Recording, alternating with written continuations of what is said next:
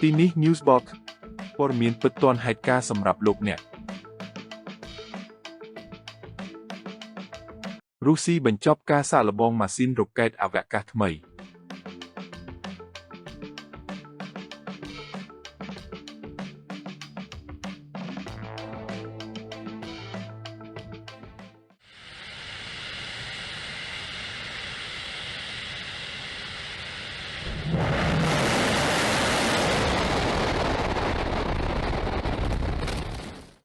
រ៉ូកូស្មូសបាននិយាយថាឧបករណ៍ជំរុញសូយូស 5 ត្រូវបានគេរំពឹងថានឹងចាប់ផ្ដើមជាលើកដំបូងនៅក្នុងខែធ្នូនេះបើយោងតាមប្រភពពី RT ថ្ងៃទី 12 ខែតុលា ឆ្នាំ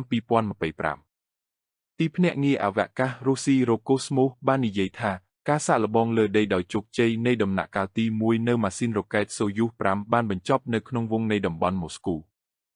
សូយូស 5 គឺជាយានថ្នាក់មធ្យមមាន2ដំណាក់កាលដែលមានសមត្ថភាពផ្ទុកបន្ទុកកើនឡើងរហូតដល់17តោនវាត្រូវបានបម្រុងទុកជាការជំនួសសម្រាប់ឧបករណ៍ជំរុញប្រូតុងនិងហ្វេនិត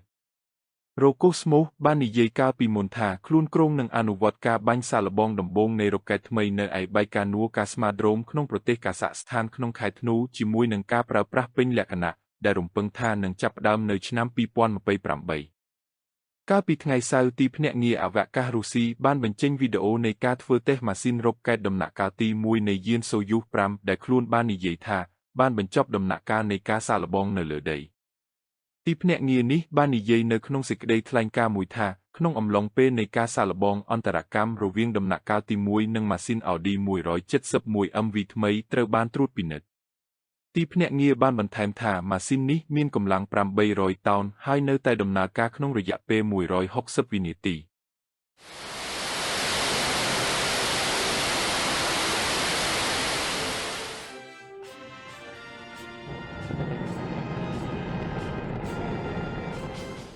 រ៉ូកូស្មូសបាននិយាយកាលពីមុនថាអ្នករចនាបានដាក់ស្លាកសញ្ញា Audi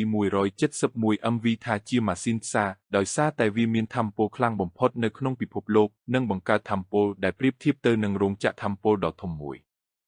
សេចក្តីថ្លែងការណ៍បានអានថាលទ្ធផលនៃការសាកល្បងដីបានអនុញ្ញាតឲ្យចាប់ផ្ដើមនូវការហោះហើរនិងការធ្វើតេស្តការរចនានៃយានបាញ់បង្ហោះសូយូស 5ទីភ្នាក់ងារនេះបាននិយាយថារ៉ុកែតនេះមានគោលបំណងបញ្ជូនយានអវកាសគ្មានមនុស្សបើកទៅកាន់គន្លងជិតៗរបស់ផែនដីក្រោមគម្រោងបៃជីរិករួមគ្នារវាងរុស្ស៊ីនិងកាហ្សាក់ស្ថានកាលពីខែមុនប្រធានរ៉ូកូស្មូសលោកឌីមីត្រីបាកាណូបានប្រកាសថាទីក្រុងមូស្គូគ្រោងនឹងសាងសង់និងបាញ់បង្ហោះយានអវកាសប្រហែល 1000 គ្រឿងនិងរ៉ុកែតដឹកជញ្ជូនចំនួន300ក្នុងរយៈពេលមួយទសវត្សរ៍ខាងមុខដែលជាផ្នែកមួយនៃគម្រោងជាតិដើម្បីពង្រឹងសកម្មភាពអវកាសរបស់ប្រទេសការនេះនឹងឃើញចំនួននៃការបាញ់បង្ហោះកើនឡើងទ្វេដងបើធៀបនឹងល្បឿនបច្ចុប្បន្នដែលឈានដល់30ក្នុងមួយឆ្នាំ។